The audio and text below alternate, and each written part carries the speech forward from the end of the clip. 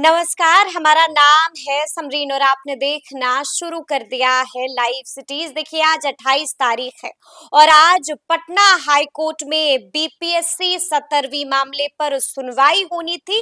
PIL पर सुनवाई होनी थी और सबकी निगाहें पटना हाई कोर्ट पर टिकी हुई थी। देखिए सब यही जानना चाह रहे हैं कि आखिर आज पटना हाई कोर्ट में बीपीएससी 17वीं वाले मामले पर क्या कुछ हुआ है। तो आज हम इसी मुद्दे पर एक बार फिर से सीधी बातचीत करेंगे पटना हाई कोर्ट के जाने माने एडवोकेट देव प्रकाश जी से। सबसे पहले बहुत शुक्रिया बातचीत के लिए। जी नमस्कार। जी, सबसे पहले तो वकील साहब हम आपसे जानना चाहेंगे कि आज पटना हाई कोर्ट में क्या कुछ हुआ है, क्योंकि सब यही जानना चाह रहे हैं क्या खबर आ रही है। देखिए पटना हाई कोर्ट में आनंद लीगल एड वालों का केस आज लगा हुआ था 30 नंबर पर। जब वो लिस्ट पर आया तो उनके जो यहाँ जो एडवोकेट श्वेता कुमारी थी उन्होंने कुछ पास ओवर मांगा कि जब कि हमें कुछ समय के लिए पास ओवर दिया जाए। तो बोले कितनी देर के लिए? बोले 30 मिनट्स या 40 मिनट्स। लेकिन फिर वो 15-20 मिनट में उपलब्ध हो गए थे। तो उनके जो एडवोकेट थे अभिजीत आनंद वहाँ पे ऑनलाइन स्क्रीन पर वो आ गए थे। उन्होंने फिर रिक्वेस्ट किया कि हमारा सुनवाई कर दिया। लास्ट केस से उनकी सुनवाई हुई थी, उसके बाद तो उठ गए थे ऑनरेबल जस्टिस। तो उस केस में जब उन्होंने सुनवाई शुरुआत हुई तो उन्होंने खुद कहा कि रिजॉइंडर हमने सबमिट किया है कल शाम में। तो जाहिर है जब कल शाम में सबमिट किए हैं तो कल सर्व हुआ नहीं, सर्व हुआ, सर्व भी होगा तो एक दिन को इससे पढ़ लेगा कोई, तो पढ़ेगा, फिर जरूरत होगा तो फिर से उसका सप्लीमेंट्री काउंटर दिया जाएगा या ऐसे ही आर्गूमेंट हो जाएगा, वो अलग बात है। तो जब कल सर्विस हुआ तो टाइम मिलना तो लाजिम था ही उसमें। तो उसमें कहा गया कि भाई हमको टाइम दे दिया जाए। उन्होंने खुद भी कहा तो कहा कि ठीक है। तो टाइम 2 वीक्स देने की बात हो रही थी, फिर कहा कि नहीं, चूंकि वो मामला थोड़ा अर्जेंट है तो इसको 1 वीक का टाइम देते हैं। तो अब तो आपको बता दें कि हाई कोर्ट मात्र 1 सप्ताह बचा हुआ है। 7 तारीख बाद हाई कोर्ट बंद हो रहा है होली की छुट्टी के लिए। तो और फ्राइडे को जो कोर्ट होता है वो थोड़ा दूसरे ढंग का कोर्ट टाइड अप मैटर लगता है पटना हाई कोर्ट में। मतलब सेकेंड हाफ में चीफ जस्टिस का भी, जो एक्टिंग चीफ जस्टिस है उनका भी बेंच अलग होता है, वो सवा दो दूसरे मैटर को सुनते हैं। तो मतलब केवल 1 या 1.5 दिन तक ही चलेगा कोर्ट। तो उस हालत में क्या है कि फ्राइडे को ही लगा है, फिर अगले बार उनका रिजॉइंडर पढ़ने के बाद काउंटर देते हैं या क्या देते हैं वो अलग बात है। इस बीच में जब वो रिजॉइंडर के लिए देने के बाद उस समय ऑर्डर डिक्टेट कर रहे थे तो उनके जो एडवोकेट थे अभिजीत आनंद साहब, उन्होंने बीच में ही इंटरप्ट किया कि बाय द टाइम हमें स्टे दे दिया जाए, क्योंकि इनका एग्जामिनेशन, मेन एग्जामिनेशन का डेट निकाल दिए हैं और रिक्रूटमेंट प्रोसेसिंग का चल रहा है, तो इसको स्टे किया जाए, यानी कि मेंस पर रोक लगा दी जाए। रोक लगा दी जाए। जी। तो ऑनरेबल चीफ जस्टिस के बेंच ने कहा कि हम लोग किसी रिक्रूटमेंट प्रोसेस को तब तक नहीं रोक सकते जब तक आप एस्टेब्लिश नहीं कर दें कि लीकेज हुआ है या इरेगुलरिटी हुई है, जो शुरू से हम बोल रहे हैं आपको। आप एस्टेब्लिश करिए तो हम देंगे, लेकिन हम बीच में कोई इंटरिम स्टे आपको नहीं देने जा रहे। इस पर उन्होंने वो फिर से कहा कि इस जब डिक्टेट कर रहे थे ऑर्डर, बोला हमें ऑर्डर डिक्टेट करने दीजिए। जब उन्होंने दोबारा कहा तो उन्होंने कहा कि आपका जो प्रेयर है स्टे का, इसको स्पेसिफिकली हम रिजेक्ट कर रहे हैं। स्पेसिफिकली हम इसको रिजेक्ट कर रहे हैं क्योंकि उन्होंने कहा कि बार बार जब एक बार रिजेक्ट कर दिया फिर बार बार आप रिक्वेस्ट कर रहे हैं, तो मैं इसको रिजेक्ट कर रहा है।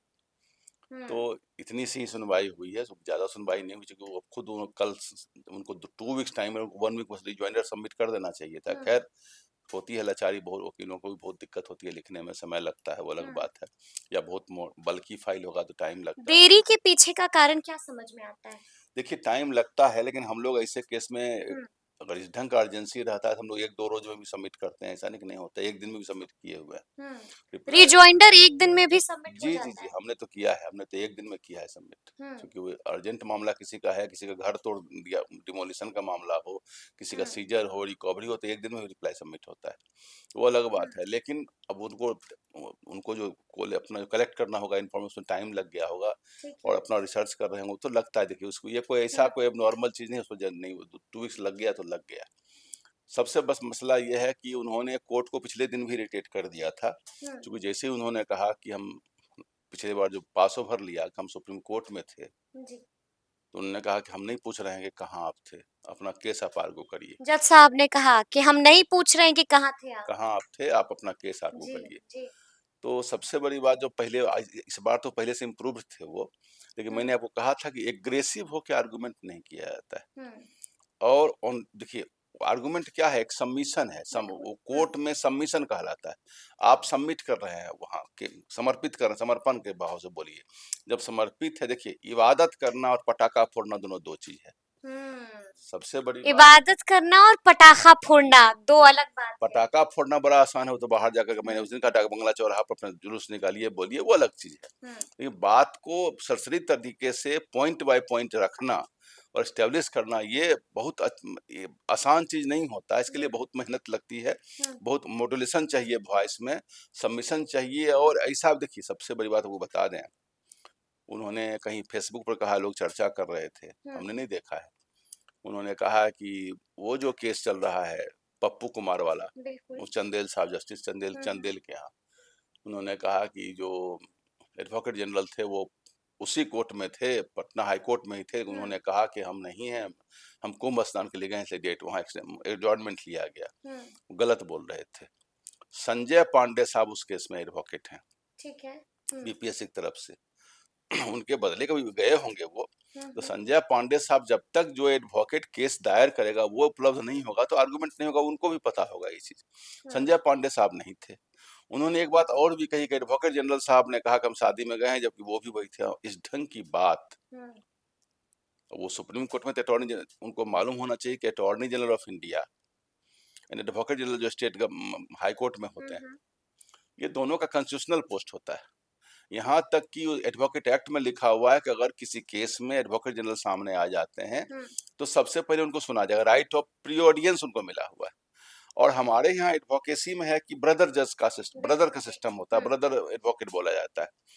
कम से कम एल्डर ब्रदर तो हो ही गए, सम्मानीय है। तो आपको ठीक है, वो जो बात बोलते हैं हम लोग उसके विरोध अगर बोलना भी उनके केस में, अगर ठीक है वो स्टेट को रिप्रेजेंट करते हैं, लोग हम लोग किसी प्राइवेट पार्टी को रिप्रेजेंट करते हैं, लेकिन बोलने की तहजीब तो होनी चाहिए ना।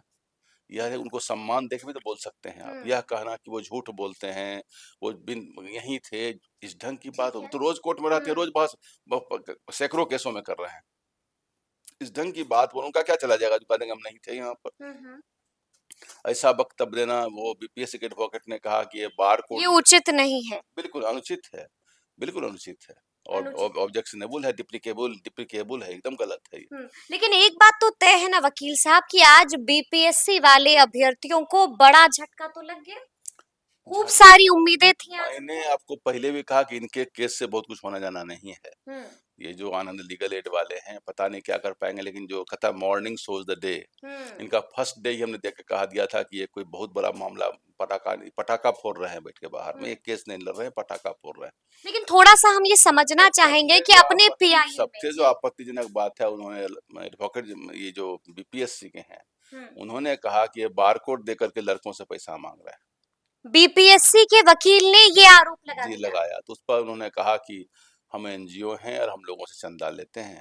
खैर ठीक है, उनका अपना सिस्टम है, एनजीओ को चंदा लेने का कैसे क्या है उसका अलग सिस्टम, अलग कानून है। तो चंदा लेते हैं, तो कहा कि हम लोग, ऑनरेबल जस्टिस ने कहा कि हमें इस पर अभी नहीं जाना है कि क्या आप करते हैं नहीं करते हैं, हमें ये मसला है कि अपना केस के बारे में बताइए, रिजवाइंडर आपने सबमिट किया, कल को हम टाइम, वो लिखा ही रहे थे, बार बार रिक्वेस्ट करने लगे, जिस पर इरिटेट कर गए थे ऑनरेबल जस्टिस उस केस में। तो वो अलग बात है, लेकिन सबसे बड़ी बात है कि जो प्रेजेंटेशन सबमिशन जो मैटर का होना चाहिए, वो हम देवन से बोल रहे हैं कि इनका थोड़ा सा उसमें है गड़बड़ी। आज तो थोड़ा पहले से इम्प्रूवमेंट गड़बड़ी है, लेकिन थोड़ा सा हम ये भी समझना चाहेंगे वकील साहब कि जो एडवोकेट हैं अभिजीत आनंद, उन्होंने अपनी पीआईएल में और किन-किन बातों का जिक्र किया है? कोई बात होती, केवल बोले रिजवाइंडर हमने कल फाइल किया है, बस इतनी सी बात थी। लेकिन पीआईएल में तो बहुत कुछ उन्होंने जिक्र किया होगा, तो वो बिंदुवार ढंग से। उनका केस, उनका पिटीशन, वो जाने क्या लिखे हैं, अभी तक न किसी कोर्ट को पता है, ना उनको पता होगा, जो बीपीएससी के एडवोकेट उनको उन्होंने लिख के दिया है। अब अगले फ्राइडे को पता चलेगा इन्होंने क्या लिख के दिया, क्या रिप्लाई पड़ेगा, वो तो अभी गर्भ में मैटर है, उसके बारे में कुछ बोलना ये नहीं, मैटर सब जुडिस है, बहुत कुछ बोलना भी सही नहीं होगा। इस सबसे बड़ी बात है कि हमें आज के देखने के बाद यही लगा, अब बहुत उम्मीद इस केस से नहीं रखी है। अब इस केस से बहुत उम्मीदें नहीं रखी हुई है, लेकिन अब इस मामले में अगली सुनवाई 7 मार्च को भी होनी है। 7 मार्च को केस लगेगा जी। क्या लगता है क्या होगा 7 तारीख को? कुछ भी नहीं कर सकते, सुनवाई होगी नहीं होगी कि फिर डेट पड़ेगा इसमें। 4 मार्च को बीच में दूसरे केस का है, अब दोनों एक दूसरे को इन्फ्लुएंस करेगा उस केस को, ये भी इन्फ्लुएंस करेंगे, वो भी इन्फ्लुएंस करेंगे। लेकिन कहीं न कहीं हमें जो कहा क्या कहा जाए, एमेच्योरिश जो कहा जाए, बचकाना टाइप का हमको चीज लग रहा है। एक तरीके से जो काम होना चाहिए वो नहीं हो रहा है। तरीके से जो काम होना चाहिए वो काम नहीं हो रहा है, लेकिन थोड़ा-सा हम चाहेंगे कि हमारे व्यूअर्स को आप ये भी समझाइए वकील साहब कि पीआईएल में और रिट में क्या कुछ अंतर होता है? रीट में अगर किसी का अपना फंडामेंटल राइट गया है, मौलिक अधिकार का हनन हुआ है, मौलिक अधिकार में आप जानते हैं कि संविधान में आर्टिकल 12 से लेकर के 36 तक दिया हुआ है, उसमें आपका हुँ, मौलिक अधिकार, जिसमें मुख्य अधिकार जो आपका है अभिव्यक्ति का अधिकार, जीने का अधिकार, समानता का अधिकार, बोलने का अधिकार, असेंबल होने का पक्ष अधिकार। पक्ष पक्षपात नहीं होने का अधिकार, जो जी, आपने कहा है सिंबल होने का अधिकार, बोलने बिल्कुल, का अधिकार, बिल्कुल। कोई एसोसिएशन और या यूनियन फॉर्म करने का अधिकार, ये सब हुँ, अधिकार है हुँ, संविधान में। इन सब बातों को व्यक्ति की स्वतंत्रता की बात, ये बात अगर आपने पूछिएगा, पूछे हैं तो ये बहुत बड़ा विषय हो सकता है। हुँ, क्योंकि जब आज़ादी हुई थी तो गांधी जी ने भी कहा था कि आज़ादी केवल नेताओं के लिए नहीं आज़ादी लाई है। बिल्कुल। वो जो कुछ वकील लोग हमारे साथ आंदोलन में थे, उनको आज़ादी, उनको उनको गद्दी पे बैठाने के तब पे अंग्रेज बैठे हुए थे ही हुँ, यहाँ पर। हुँ, हमें आम भारतीय की आज़ादी चाहिए, एक एक व्यक्ति की आज़ादी चाहिए। हुँ, तो फंडा ऐसे गांधी जी तो उनका देहांत हो गया, उसके पहले ही हुँ, उनको तो मार दिया गया था उस केस में। तो बिल्कुल। 48 में ही उनका डेथ हो गया था। हुँ, तो अगर वो रहे होते तो संविधान पर उनका असर और ज्यादा पड़ा होता, लेकिन खैर बिल्कुल। वो नहीं थे अनफॉर्चुनेटली।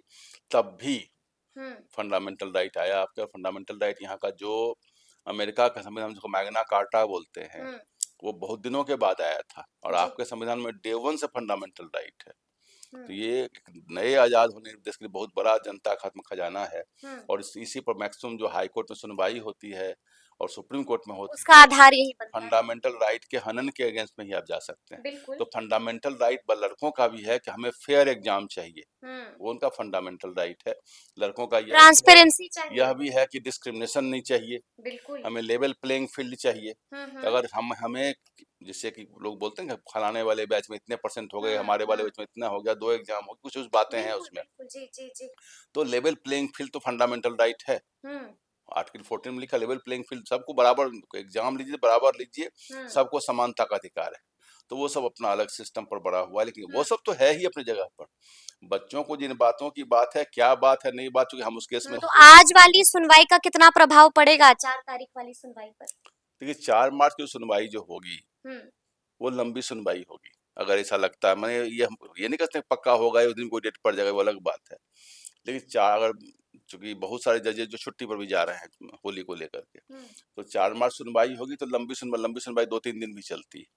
2-3 दिन भी चलती है जी, लंबी जी। सुनवाई? अगर 2-3 दिन लंबी चल गई तो फिर जजमेंट रिजर्व हो जाएगा, फिर होली के बाद आएगा कुछ जो भी होना होगा, यस नो। हुँ, या हुँ, होता है तुरंत सुनवाई होके कुछ हो जाए। हुँ, लेकिन हमें डे वन से जो अभी से बता रहे हैं आपको, कि हमें बहुत सफलता का इसमें गुंजाइश कम नजर आ रही हुँ। है। लेकिन क्या लगता है, ये मेरा आपसे अंतिम सवाल होगा कि क्या लगता है कोर्ट का फैसला क्या कुछ हो सकता है? क्या कोर्ट री एग्जाम का आदेश दे देगा या फिर कोर्ट सीबीआई जांच का आदेश दे देगा? क्या कर सकता है कोर्ट? क्या हो सकता है 4 तारीख को? देखिए सीबीआई जाए तो इतने माइनर मैटर पर नहीं आएगा, हाँ, हाँ। लेकिन जो लीकेज अगर एस्टेब्लिश हुआ, हुँ, लीकेज एस्टेब्लिश हुआ, इरेगुलरिटी एस्टेब्लिश अगर कोर्ट में हो जाता है और जो ऑनरेबल जस्टिस हैं कन्विंस हो जाते हैं, हुँ। तो उसमें कुछ ऑर्डर हो सकता है। ऑर्डर हो सकता है। अगर सीबीआई जांच की बात, री एग्जाम हो सकता है। सीबीआई जांच चारा घोटाला में आदेश हुआ था, तो यह दिखाया गया था कि राज्य के हुँ, सारे पदाधिकारी एवं राज्य के जो मुखिया है वो भी फंसे हुए हैं। तभी चारा घोटाला का हाईकोर्ट ने आदेश दिया था। नॉर्मली हाईकोर्ट कम केस में आदेश देती है ऐसे केस में। तो जब यह देखता है कि राज्य सरकार खुद उसमें हैंड इन ग्लोव है और वो जांच सही तरीके से नहीं करना चाहती है, तो ऐसे केस में कहती है कि एक निष्पक्ष एजेंसी सीबीआई को कहा जाए। और यह भी कितने बार हुँ, कहा जाता है कि जुडिशियल एक इंक्वायरी करा दिया जाए। उसमें क्या है कि सीबीआई इंक्वायरी हो, लेकिन कोई उसके हुँ, रिटायर्ड जज जो है वो उसको मॉनिटर करें, बिल्कुल। तो वो सबसे और फेयर एक माना जाता है इंक्वायरी। तो वो सब बहुत बड़ी बात है, और वो सब अभी लोग बोलने के लिए बोलते हैं बाहर में यूट्यूब पर, फेसबुक, ताकि उसका नाम हुँ, हो जाए इन बातों को। हम बच्चों को गुमराह नहीं करना चाहते इन बातों को, कि भाई लेकर के बहुत ज्यादा आसान्वित हुँ, आप हो जाइए और बेमतलब टाइम बर्बाद करते रहिए इन चीजों से। ऐसा नहीं कि बीपीएससी किसी का हुँ, एक एग्जाम नहीं होगा तो दुनिया खत्म हो गई, ऐसी बात भी नहीं होती। जहां तक हुँ। बात है फेयर एग्जाम का, मैंने आपको कहा कि fair exam is a fundamental right of every citizen. जो चलिए, जी। अभ्यर्थी हैं उनको फेयर एग्जाम कराने का, कर लेने का, उसमें भाग कोई चोरी कर रहा है, डिस्क्रिमिनेशन हो रहा है, हुँ, हुँ, हुँ। उसके अगेंस्ट में अगर वो बात एस्टेब्लिश होती है तो उनको उनको न्याय मिलेगा। तो उनको न्याय मिलेगा, तो अब देखना होगा कि आगे आगे क्या कुछ होता है। देखना ये भी होगा कि 4 मार्च को पटना हाई कोर्ट में जो सुनवाई होने वाली है उस दिन क्या कुछ होता है कोर्ट के भीतर। तो ऐसे तमाम अपडेट्स के लिए बिल्कुल ऐसे ही हमारे साथ बने रहिएगा और देखते रहिएगा लाइव सिटीज। बहुत शुक्रिया।